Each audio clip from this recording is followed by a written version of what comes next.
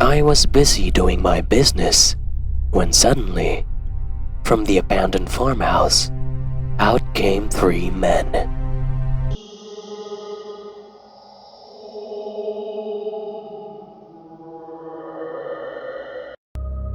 I was the basketball team captain for my small college a few years ago. Despite not being the tallest kid in the team, I compensated with work ethic, determination, and agility.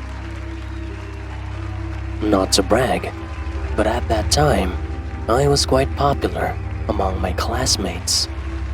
I was pretty proud of what I have accomplished, and there is no better place to humble brag than Instagram. My Instagram account had a modest following of 2,000 people. Not exactly influencer level, but not too shabby for an otherwise normal-looking dude.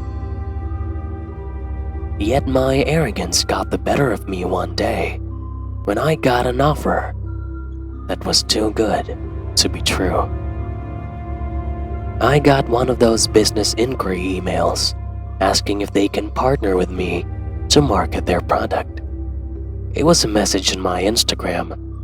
They were going to pay me $500 a month to post about the bar that they were going to set up.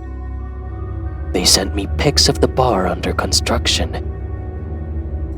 The owner, an elderly gentleman, said he and his wife graduated from my school and would love to have me over for dinner to discuss business. That should have really been a red flag, but I'm not gonna lie, it was extremely flattering and I wasn't really using my head at that time. They gave me an address in the middle of nowhere. You see, in my town there are rural roads that stretch on for miles. I thought, wow, these guys must have a mansion hidden away from the town center. I was driving my dad's car into the empty back roads of our town, as the GPS on my phone signaled that it was a few minutes away. It was pitch black. All I could see was an old abandoned farmhouse in the middle of the field. This creeped me out so much that I felt that I needed to take a piss. I turned off my engine and stopped my car behind a tree. I was busy doing my business when suddenly, from the abandoned farmhouse, out came 3 men. They looked very disheveled. The man in front turned on a small phone with a broken screen. As the phone lit up his face, his eyes were blood red, and he looked drugged out of his mind. I peed faster than I've ever peed in my entire life. Suddenly, I got an Instagram message. They heard the sound from my phone and turned to my direction and started walking. My heart was pounding as I tried to make it to my car. They were now running towards me, the phone giving them light in that unbearable darkness. I was a basketball player and I could run fast, but man, these guys run fast too. I get into my car. I open the door, but in my panic, I dropped my keys. They were closer now. I managed to pull myself together, and even with shaking hands, got the key into the hole. Then, I slammed the doors shut. They tried hitting my window, but it didn't break. I backed my car up. I turned it around and drove as fast as I could. From the rearview mirror, I could see the 3 guys running towards me. Fortunately, they just couldn't keep up. My phone was blowing up with messages from the old man, who obviously was not really an old man. they were hurling insults at me. They said, "You're a dead man." My heart was still pretty much pounding in my chest. I called the police, recklessly driving while on the phone. In the following days, I discovered that there were already 2 missing persons reported in our town from the past month alone. I am very convinced that what I experienced could have been the starting point, with potentially the same outcome. The farm that I was lured to had been abandoned for years. I began speaking out to my town about the dangers of Instagram. I now set my Instagram to private. It was very terrifying at the time, but a bit amusing in hindsight. My life was saved by me peeing. I just can't imagine what horrors would have happened to me if I was just a bit closer to the farmhouse, or if I didn't stop at all. If they got me, in all likelihood, the only pictures you will see of me are on missing posters.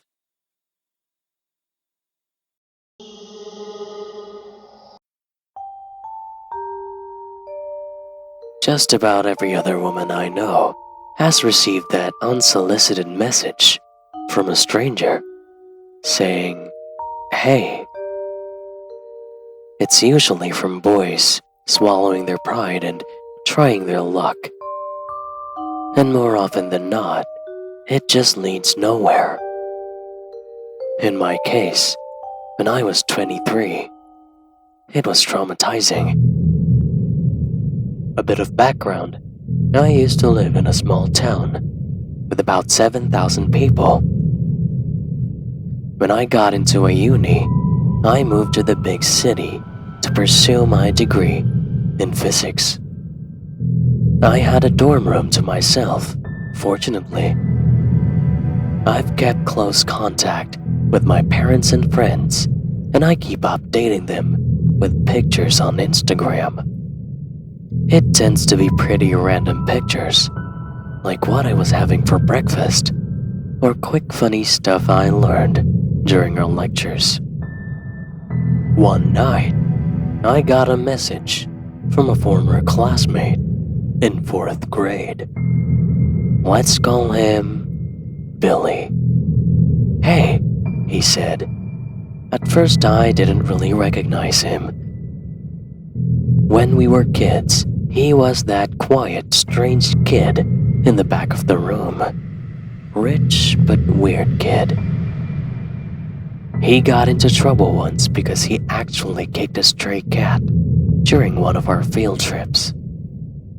He never really spoke to me, but he had this weird stare. I checked his Instagram profile, and I saw that he didn't look well.